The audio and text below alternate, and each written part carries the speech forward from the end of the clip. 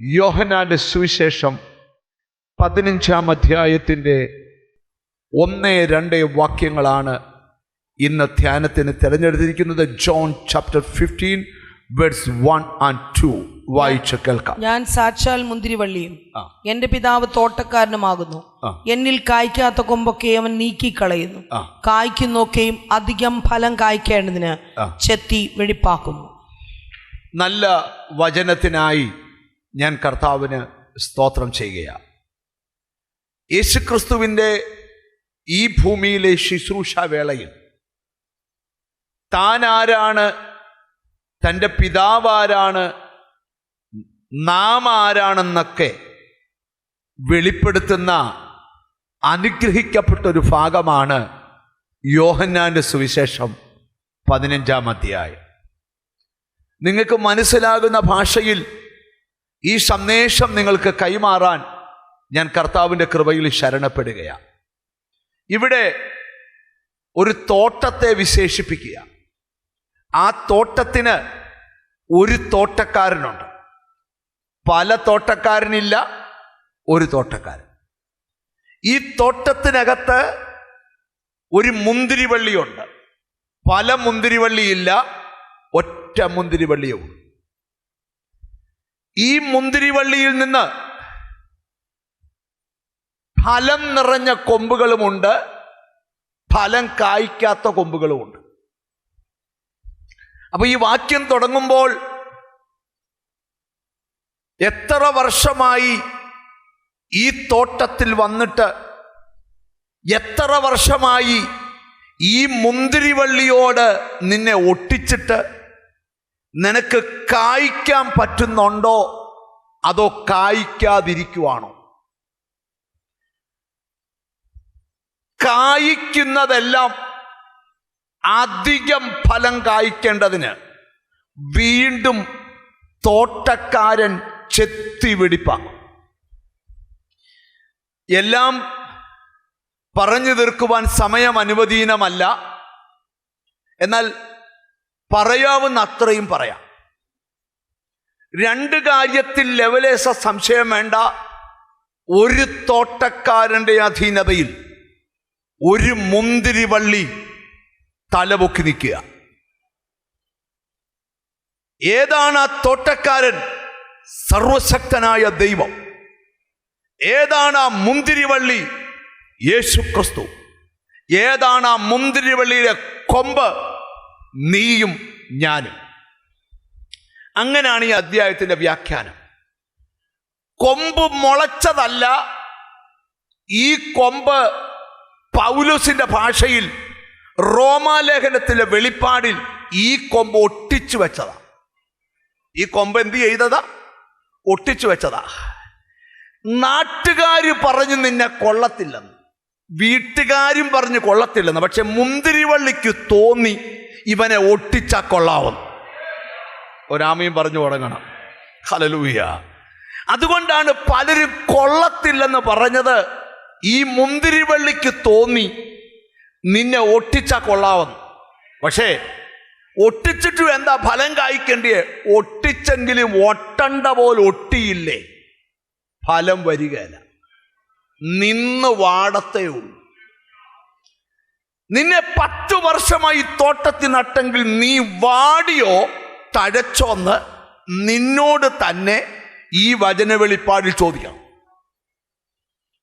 Hallelujah. അത് pastor തലേ കൈവച്ചോ പ്രവാചകം വന്നോന്നൊന്നുമല്ല.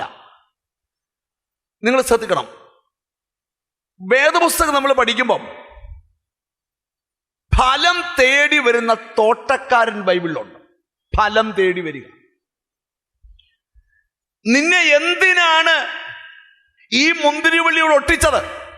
നിന്റെ കുടുംബത്തിൽ ആരും കായ്ക്കാത്ത ഫലം നീ കായ്ക്കണം. ഹല്ലേലൂയ.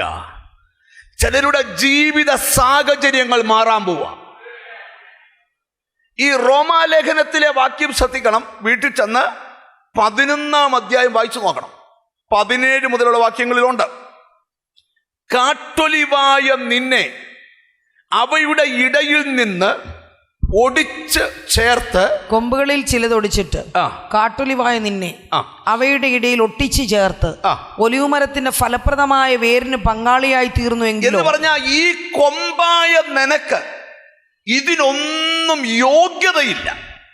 പക്ഷെ നിന്നെ കായ്ക്കാമെന്നുള്ള മുന്തിരിവള്ളിയുടെ ആഗ്രഹം കൊണ്ടാണ് നിന്നെ ഒട്ടിച്ച് ചേർത്തേക്കുന്നത്. 6-ാമത്തെ വാക്യം ഒന്ന് ശ്രദ്ധിച്ചേ. 6-ാമത്തെ വാക്യം, എന്നിൽ വസിക്കാത്തവനെ ഒരു കൊമ്പ് പോലെ പുറത്തു കളഞ്ഞിട്ട് അവൻ ഉണങ്ങിപ്പോകും. ഇവിടെ ചില കൊമ്പ് ഉണങ്ങുന്നു. അതിന്റെ കാരണം എന്നാ?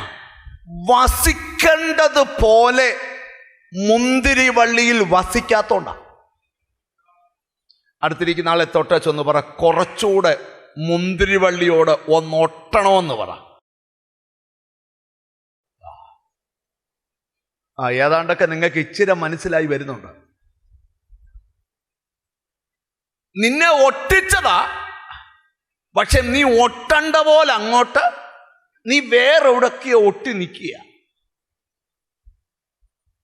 യെശയ്യാ പ്രവചനം 5-ാം അധ്യായം വായിക്കണ്ട, എന്നെ നോക്കിയാൽ മതി. എന്റെ പ്രിയന് കുന്നിന്റെ മുകളിൽ ഫലവത്തായ ഒരു മുന്തിരിത്തോട്ടമുണ്ട്. അവൻ അതിന് കല്ല് പറക്കി നന്നായി ഒരുക്കി ചക്കും കുഴിച്ചിട്ട് നല്ല വക മുന്തിരി നട്ടു. പക്ഷെ കായ്ച്ചതോ കാട്ടുമുന്തിരി. അപ്പൊ ചോദ്യം, നിപ്പ് തോട്ടത്തിലാണേലും കായ്ക്കുന്നത് കാട്ടുമുന്തിരിയാ.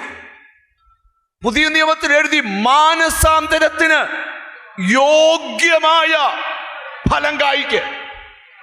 ആത്മാവിന്റെ ഫലമോ സ്നേഹം, സന്തോഷം. പിന്നെ അങ്ങോട്ട് വായിച്ചു. അതെവിടാ? ഗലാത്യ ലേഖനത്തിൽ വായിച്ചാൽ മതി. പോട്ടെ, നിങ്ങൾ ശ്രദ്ധിക്കുക. അപ്പം ഒരു തോട്ടത്തിൽ ചില കൊമ്പ് ഉണങ്ങിക്കൊണ്ടിരിക്കുന്നു. ചിലര് വല്ലാതെ ഉണങ്ങിപ്പോയി. ഒരു സ്തോത്രം പോലും പറയാത്തവർ ഉണങ്ങിപ്പോകണം. ഈ ഉണങ്ങിയതിനെ പരിഗണിക്കുന്നെന്ന് വാക്യമില്ല. ഉണങ്ങിയതിനെ പിന്നെ കത്തിക്കാൻ വെച്ചേക്കുക. ഒന്ന് തൊട്ട് വെച്ചറ, വല്ലാണ്ട് അങ്ങ് ഉണങ്ങല്ലെന്ന് പറ.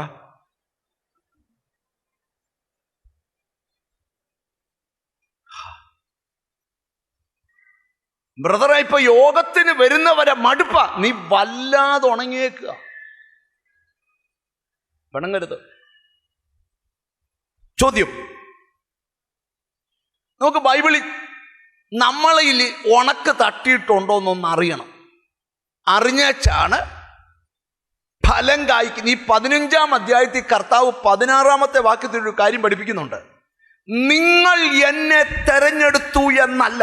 നിങ്ങൾ എന്നെ തെരഞ്ഞെടുത്തു എന്നല്ല, ഞാൻ നിങ്ങളെ തെരഞ്ഞെടുത്തു. ഞാൻ നിങ്ങളെ തെരഞ്ഞെടുത്തു. നിങ്ങൾ പോയി ഫലം കായ്ക്കണം. എന്തിന്? നിങ്ങൾ പോയി ഫലം കായ്ക്കണം. നിന്നെ നിന്ദിച്ചവരുടെ മുമ്പിൽ നീ ഫലം കായ്ക്കണം. കായ്ച്ച പോരാ, ആ ഫലം നിലനിർത്തണം. ഒരു നല്ല ഹല്ലേലൂയ പറഞ്ഞാട്ട്. ഈ കായ്വുള്ളവയെ മാത്രമേ നമ്മൾ നോക്കത്തുള്ളൂ. ഇപ്പോഴേറ്റവും കൂടുതൽ ഫലം തരുന്ന ഒന്നാ റംബൂത്താൻ, ഇല്ലയോ? ഒരു കാ പോലും കായ്ക്കാത്ത റംബൂത്താനെ നോക്കി നിൽക്കുന്നെങ്കിൽ അവന് ഒരു പിരി കുറവാ.